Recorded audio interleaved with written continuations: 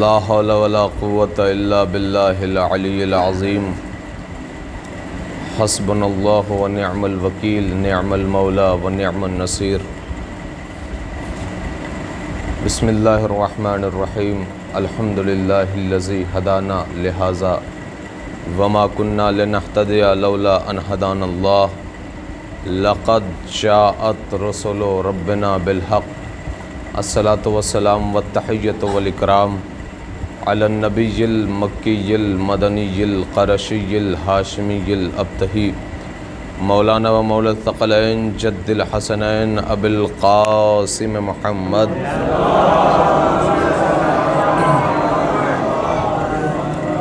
وآلہ الطیبین الطاہرین المعصومین المظلومین ولعنۃ اللہ علی اعدائہم اجمعین۔ اما بعد فقد قال رسول اللہ صلی اللہ علیہ وآلہ وسلم یا علی انت وشیعتک هم الفائزون۔ صلوات پڑھیں محمد والے۔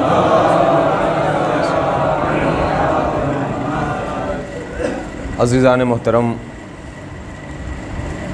بزرگان ملت، برادران ایمانی، حاضرین گرامی قدر، عزاداران مظلوم کربلا، ہم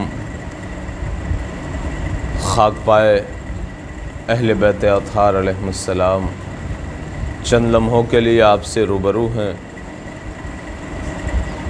الحمدللہ، پروردگار کا جتنا بھی شکر ادا کیا جائے کم ہے کہ اس نے ہمیں اتنی بڑی نعمت سے نوازا ہے کہ جس نعمت کا ہم کبھی نہ شکر کر سکتے ہیں نہ ازالہ کر سکتے ہیں۔ اور وہ نعمت ہے کیا؟ وہ سب سے بڑی نعمت ہے نعمت مولائے کائنات کی ولایت، کہ جس ولایت کو پروردگار عالم نے ہمارے کلیجے میں ڈھالا ہے، اور اس نعمت کے جب لوازمات پورے کر کے ہم اس کائنات سے گزریں گے تو پروردگار عالم اپنی بارگاہ میں ہمیں وہ کچھ عطا کرے گا جو دنیا سوچ بھی نہیں سکتی۔ اس لیے کہ اگر اس نعمت کے مکمل استفادے کے بعد ہم وہاں پہنچیں گے، مکمل استفادے کے بعد، تو پھر وہاں پر بہت سارے ایسے افراد ہوں گے، بلکہ بہت کیا اکثریت ایسی افراد ہوگی جو اپنے چہرے کو لٹکائے ہوگی، اپنی زبان کو باہر کیے ہوگی، اپنی آنکھوں کو بڑی کیے ہوگی، اور بڑی حسرت کی نگاہ سے دیکھ کر کہے گی اے کاش کہ میرے دل میں علی کی محبت ہوتی، اے کاش کہ میں بھی علی کی محبت میں سرشار ہوتا، تو آج یہ جو ابدی حیات ہے وہ ہمیں جینے میں آسانی ہوتی۔ لہٰذا یہ مرحلہ ہمارے لیے سب سے بہترین ہے کہ پروردگار عالم نے ہمارے دل میں محبت اہل بیت کو، علی کی ولایت کو رکھا ہے۔ لاکھوں کروڑوں سلام ہو اہل بیت کی عظمتوں پر۔ جس علی کے حوالے سے میں گفتگو کر رہا ہوں، رسول اسلام کا ارشاد گرامی ہو رہا ہے یا علی انت وشیعتک هم الفائزون۔ یا علی، آپ اور آپ کے شیعہ کامیاب ہیں۔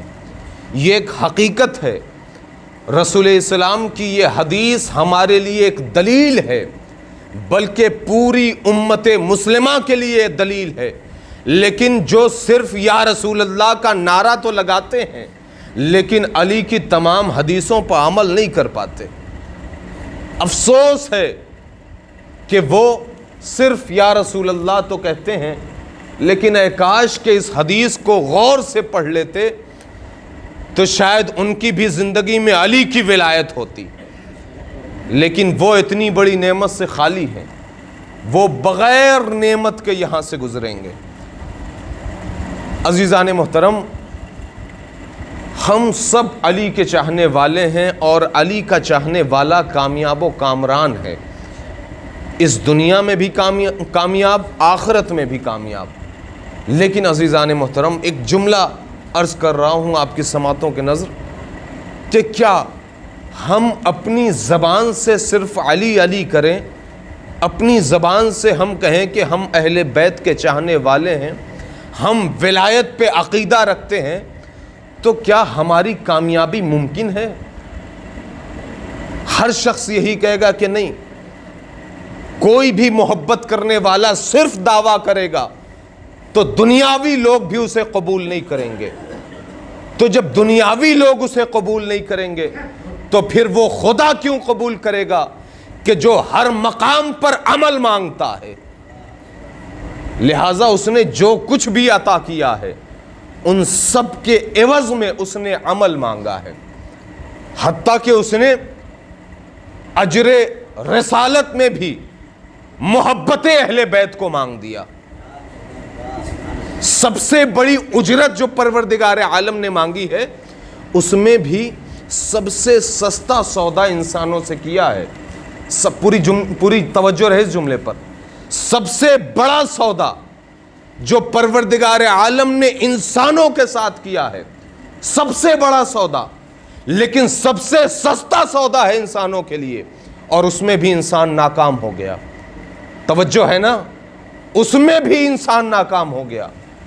کہاں اہل بیت کی محبت مانگی ہے اجر رسالت میں، لیکن یہ امت مسلمہ محبت نہ دے سکی۔ محبت، مودت، اللہ نے محبت مانگی تھی۔ یہ نہیں کہا تھا کہ تم اپنے پورے سرمایہ کو میری راہ میں خرچ کر دو، اپنی اولاد کو، اپنے والدین کو، اپنی تمام کے تمام پونجی کو میرے حوالے کر دو، نہیں، بلکہ اجرت میں صرف اور صرف کہا کہ میرے اہل بیت سے محبت کرو۔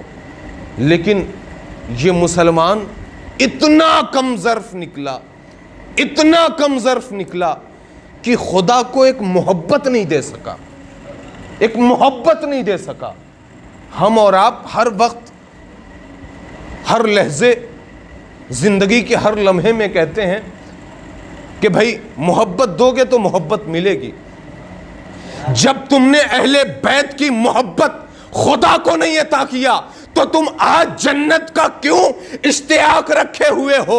جب کربلا کو تم نے بھلا دیا، غدیر کو تم نے بھلا دیا، اہل بیت کی خوشیوں کو تم نے بھلا دیا، تو پھر یہ توقع نہ رکھو کہ جب حشر میں پہنچو گے تو اہل بیت تمہارا ساتھ دیں گے، جب حشر میں پہنچو گے تو خدا تمہیں جنت دے دے گا، بلکہ وہ بھی تو پلٹ کر کہہ دے گا کہ میں نے بھی تو کچھ مانگا تھا، وہ تم نے عطا نہیں کیا۔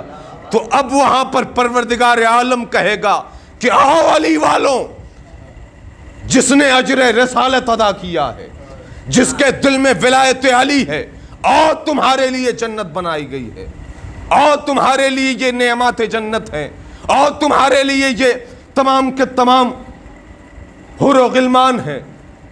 لیکن عزیزان محترم، ہم جانتے ہیں اور یقین بھی ہے، عقیدہ بھی ہے، سچ بھی ہے، حقیقت بھی ہے کہ جنت اہل بیت کے چاہنے والوں کے لیے۔ لیکن عزیزان محترم، ہم علی کے شیعہ رسول السلام کی حدیث پیش کی تھی آپ کے سامنے کہ یا علی، آپ اور آپ کے چاہنے والے کامیاب ہیں۔ بے شک، کوئی شک نہیں، لا ریب فی، کہ علی کے چاہنے والے جنت میں جائیں گے اور ان کے لیے ہی جنت بنائی گئی ہے۔ اگر علی کے دشمن نہ ہوتے تو جہنم کو خلق ہی نہ کرتا خدا، لہٰذا یہ علی کے دشمنوں کے لیے جہنم کو خلق کیا گیا ہے، وہی جہنم کا ایندھن ہوں گے۔ لیکن ایک روایت عرض کر دوں اور بہت مختصر وقت میں آپ کی رحمت تمام کروں گا۔ ہمیں پتہ ہے ہم علی کے چاہنے والے ہیں، انشاءاللہ ہماری موت حق پر ہوگی، اور امام نے یہ بھی فرمایا ہے کہ جب تم اپنی زندگی کو عروج کی منزل پر پاؤ تو ہر وقت اپنی زبان پر ایک دعا رکھو۔ وہ کیا ہے؟ اللہم اجعل عواقب خیرا، اللہم اجعل عواقب خیرا، اللہم اجعل عواقب خیرا، پروردگار ہماری عاقبت کو بخیر فرما۔ یہ امام نے فرمایا ہے، شیعوں سے فرمایا اللہم اجعل عواقب خیرا، کہ پروردگارہ ہماری عاقبت، ہماری زندگی کا آخری وقت حق پر فرما۔ اس لیے کہ یہ جملہ امام نے کیوں کہا؟ اس لیے کہ امام کو روز اول سے قیامت کے دن تک کا علم ہے کہ دور کیسا آئے گا، لوگ کیسے ہوں گے۔ لہٰذا عزیزان محترم، دور ایسا آتا ہے کہ جب انسان گھر سے باہر نکلتا ہے تو مومن ہوا کرتا ہے، اور جب واپس پلٹ کر آتا ہے تو منافق ہو جاتا ہے۔ لہٰذا یہ امام کی نظروں میں یہ ساری کی ساری باتیں تھیں، اور وہی دور ہے آج جو دور چل رہا ہے کوئی دوسرا دور نہیں ہے۔ یہ اگر آپ غور و فکر کریں تو واقعاً دور آخر کا یہ مرحلہ چل رہا ہے، جس میں ہمارے ایمان کو بچانے کی ضرورت ہے، ہمیں اپنے اخلاق کو بچانے کی ضرورت ہے، ہمیں اپنے کردار کو بچانے کی ضرورت ہے، ہمیں اپنے کیریکٹر کو بچانے کی ضرورت ہے، ہمیں اپنے اہل و عیال کو بچانے کی ضرورت ہے، ہمیں اپنے معاشرے کو بچانے کی ضرورت ہے، ہمیں اپنے قوم کو بچانے کی ضرورت ہے، ہماری اپنے اہل تشیع کو بچانے کی ضرورت ہے۔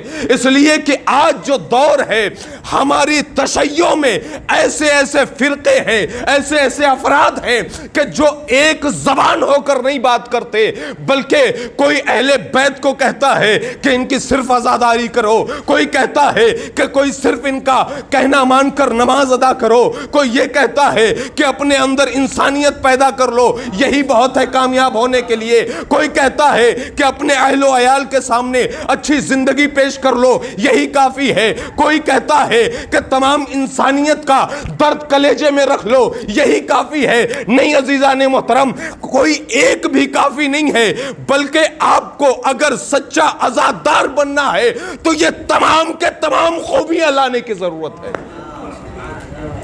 کوئی ایک کی ضرورت نہیں ہے، بلکہ تمام خوبیوں کی ضرورت ہے ایک عزادار میں۔ لہٰذا آپ آج کی جو یہ افواہیں ہیں، خبریں ہیں، لوگوں کی چرم زبانیاں ہیں، اس پر غور نہ کریں کہ کون نماز پڑھ رہا ہے، کون عبادت کر رہا ہے، کون تعزیہ داری کر رہا ہے، کون عزاداری کے لیے کہہ رہا ہے۔ آپ حقیقی چاہنے والے ہیں تو اہل بیت کے جو اصول و ضوابط و قوانین بتائے گئے ہیں اس پر عمل کرنے کی ضرورت ہے۔ ہمیں سچا شیعہ بننے کی ضرورت ہے۔ وقت بہت ہو رہا ہے، میں جو روایت پڑھنا چاہ رہا تھا بس 2 منٹ آپ کی زحمت۔ جناب سلمان ہیں، خواب میں دیکھا کہ جناب جبریل ایک بڑی خوبصورت چادر لے کر آئے ہیں، اور اس چادر کے جو کنارے جھومر لٹک رہے ہیں وہ لال و جواہر کے ہیں، جو اس میں چیزیں ٹاکی گئی ہیں وہ سرخ یاقوت ہیں، اس میں ہیرے ہیں، اس میں جتنی بھی کائنات کی قیمتی اشیاء ہیں وہ سب کے سب اس چادر میں لگی ہوئی ہیں۔ اور جناب جبریل آواز کیا لگا رہے ہیں؟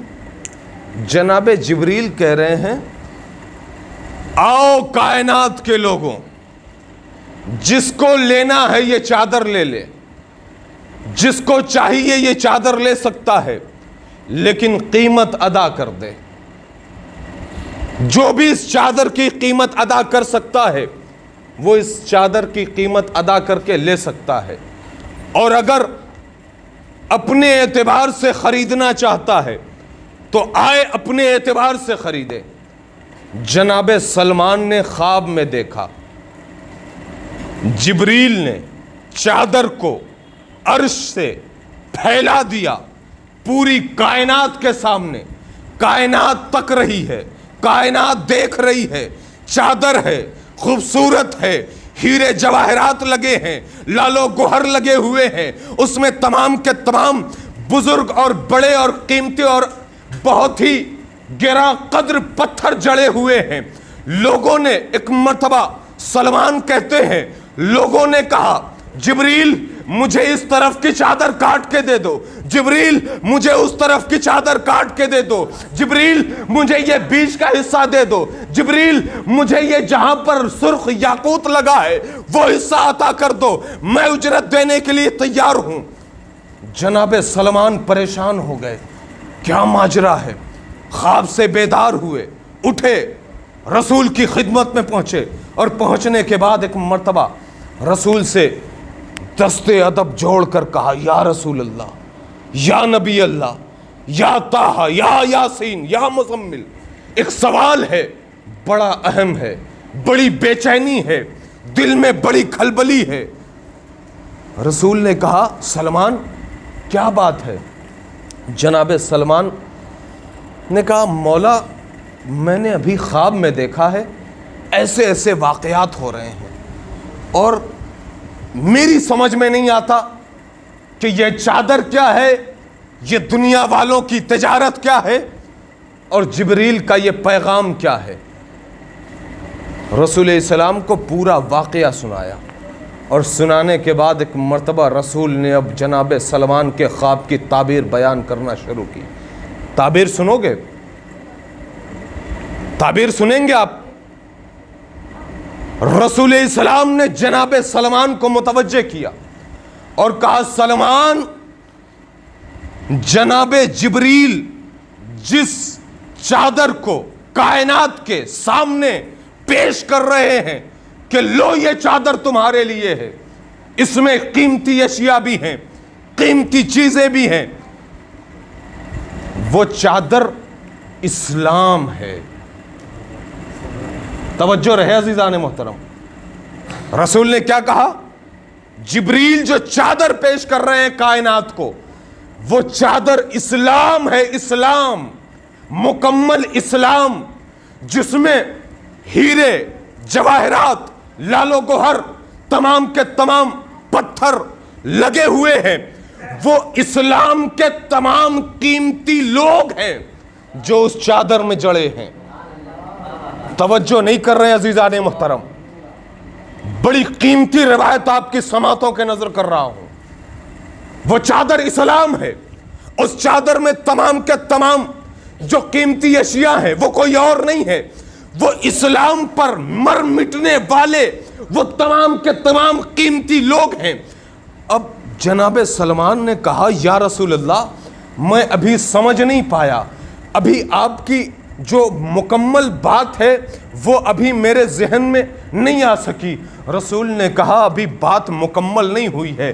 کہا یا رسول اللہ آگے بتائیے۔ ایک مرتبہ رسول السلام نے کہا کہ جناب جبریل نے، پوری توجہ رہے میری طرف دیکھیے، جناب جبریل نے چادر کو پوری کائنات کے سامنے پیش کیا اور کہا لو یہ تمہارا اسلام ہے، لیکن آج امت مسلمہ نے، ہمارے دور کا مسلمان اپنے اپنے اعتبار سے چادریں کاٹ رہا ہے، اپنے اپنے اعتبار سے اسلام کو لے رہا ہے۔ اگر اسلام کی کوئی بات پسند آ رہی ہے میں اس کو قبول کر رہا ہوں، لیکن جو چیز پسند نہیں آ رہی ہے، ارے یہ کون سا اسلام ہے؟ یہ جو چادر تھی یہ پورا کا پورا اسلام تھا، اور جو لینے والے تھے مجھے یہ چادر کا حصہ دے دو، مجھے وہ گوشہ دے دو، مجھے وہ کنارہ دے دو، مجھے وہ حصہ دے دو، یہ آج کے مسلمانوں کا واقعہ رسول 1400 سال پہلے بیان کر رہے تھے کہ مسلمان اپنے اپنے اعتبار سے اسلام میں تقسیم بندی کر دے گا۔ یہ ہمارا اسلام ہے، یہ ہمارا اسلام ہے، اور جو پسند نہیں آئے گا اس کو قبول نہیں کرے گا۔ لہٰذا ہمیں پوری چادر لینی ہے، پوری چادر لینی ہے۔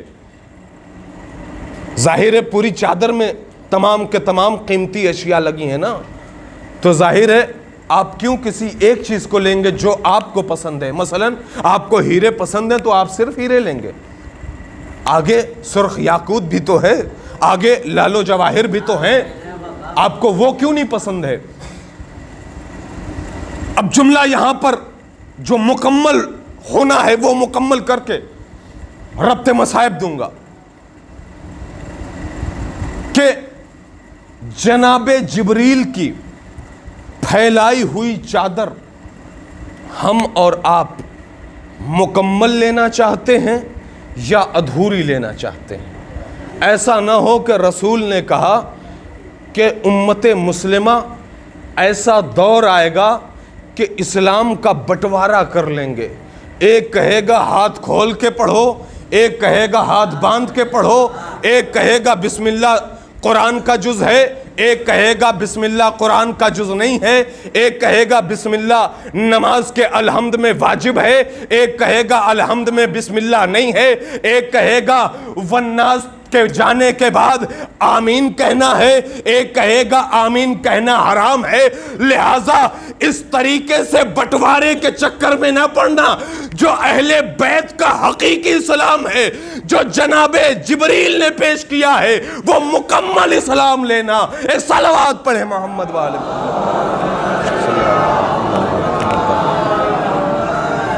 لہٰذا عزیزان محترم ہمیں مکمل اسلام لینا ہے۔ ایسا نہ ہو کہ ہم رسول کی اس حدیث پہ فیٹ آ جائیں کہ لوگ اپنے اپنے اعتبار سے شریعت کے ٹکڑے کرتے ہوئے نظر آئیں گے، لوگ اپنے اپنے اعتبار سے دین کے حصے داری کرتے ہوئے نظر آئیں گے۔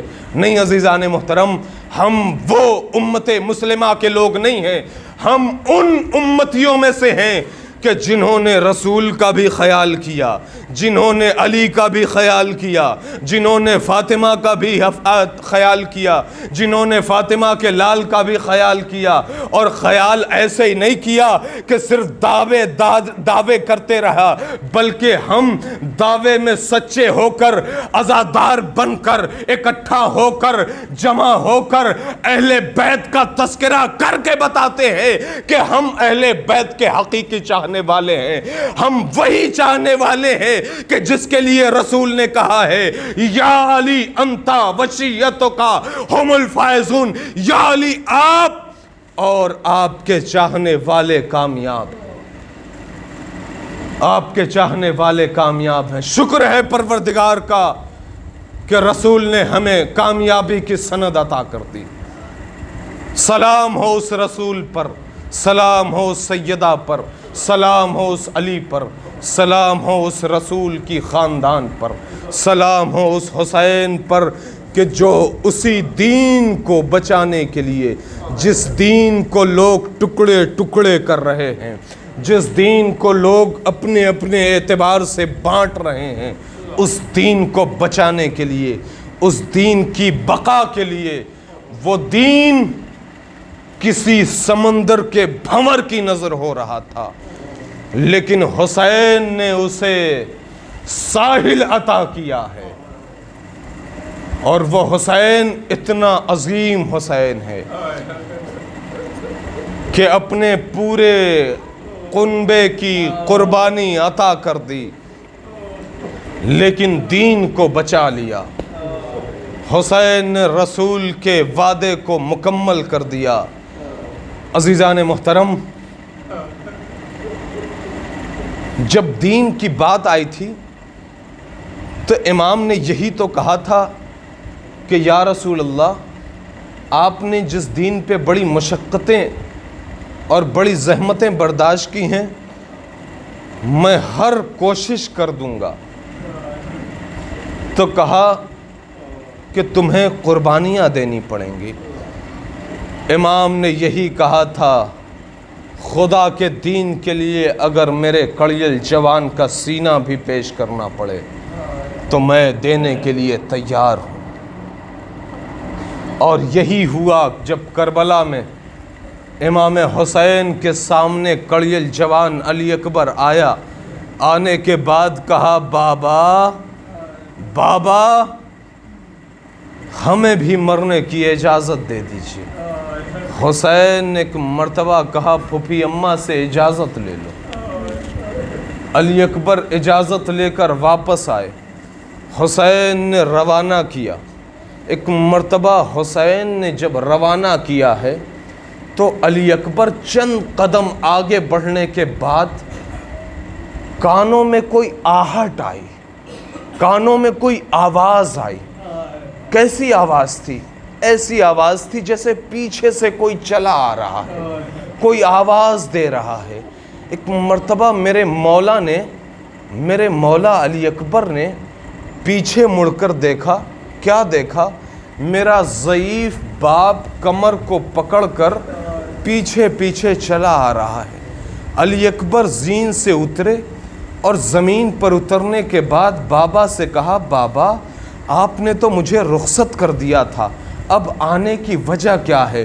اب جو اولاد والے ہیں وہ جملہ سن لیں، بابا آپ نے تو مجھے رخصت کر دیا تھا، آنے کی وجہ کیا ہے؟ سبب کیا ہے؟ علت کیا ہے؟ ریزن کیا ہے؟